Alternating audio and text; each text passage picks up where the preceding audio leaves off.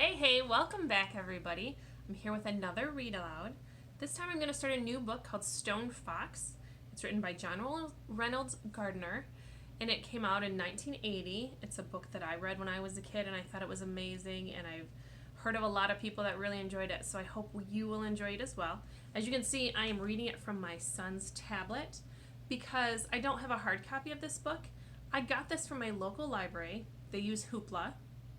So I recommend, if you are in the same situation I am where you can't go to the library but you really need something new to read, go on your library's website and see what they use for ebooks and e-readers. And there's a lot of great options there. There's books you can listen to if you like listening to books without looking at my face.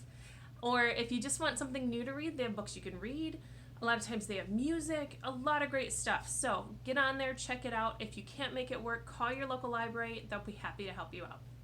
All right, let's get started. Stone Fox, Chapter 1, Grandfather.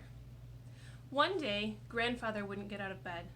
He just laid there and stared at the ceiling and looked sad. At first, Little Willie thought he was playing.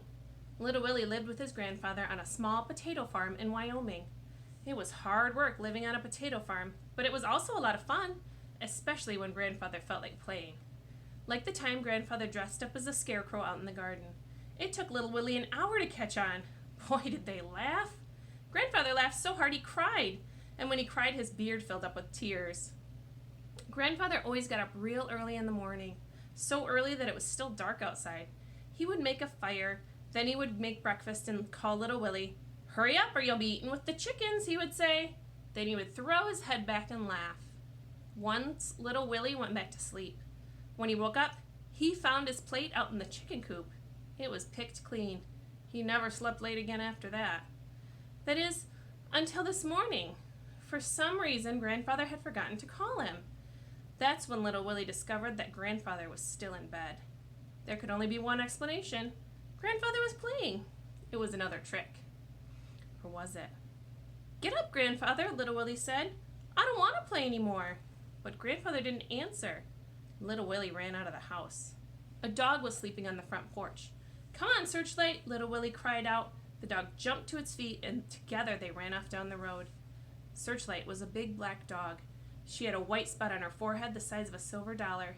She was an old dog, actually born the same year as Little Willie, which was more than 10 years ago.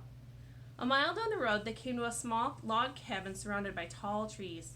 Doc Smith was sitting in a rocking chair under one of the trees, reading a book. "Doc Smith!" Little Willie called out. He was out of breath. "Come quick!" "What seems to be the matter, Willie?" the doctor asked, continuing to read. Doc Smith had snow-white hair and wore a long black dress. Her skin was tan and her face was covered with wrinkles. "Grandfather won't answer me," Little Willie said. "Probably just another trick," Doc Smith replied. "Nothing to worry about." "But he's still in bed." Doc Smith turned a page and continued to read. "How late did you two stay up last night?"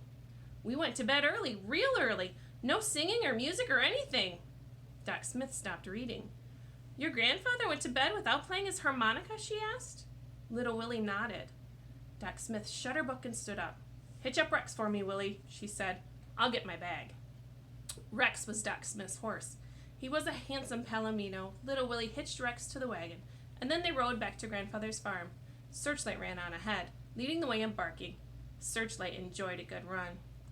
Grandfather was just the same. He hadn't moved.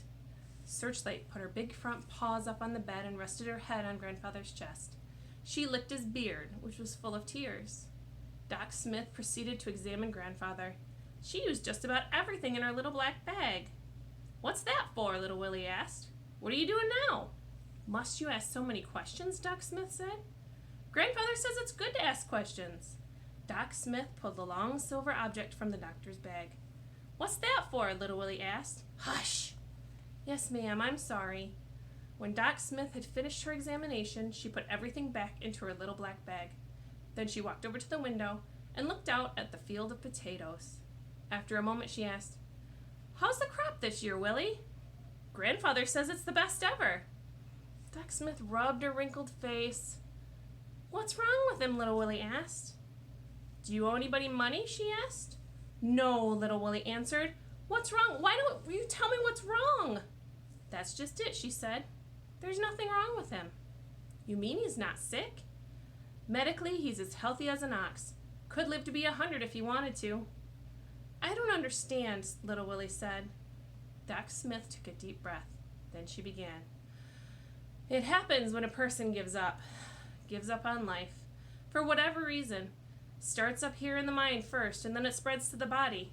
It's a real sickness, all right, and there's no cure except in the person's own mind. I'm sorry, child, but it appears that your grandfather just doesn't want to live anymore. Little Willie was silent for a long time before he spoke. But what about fishing and the rodeo and turkey dinners? Doesn't he want to do those things anymore? Grandfather shut his eyes, and tears rolled down his cheeks and disappeared into his beard. I'm sure he does, Doc Smith said, putting her arm around Little Willie. It must be something else. Little Willie stared at the floor. I'll find out. I'll find out what's wrong and make it better. You'll see. I'll make Grandfather want to live again. And Searchlight barked loudly. That's where we'll stop this time. Keep an eye out for the next video for Chapter 2, which is called Little Willie. And I'll keep reading. You keep listening.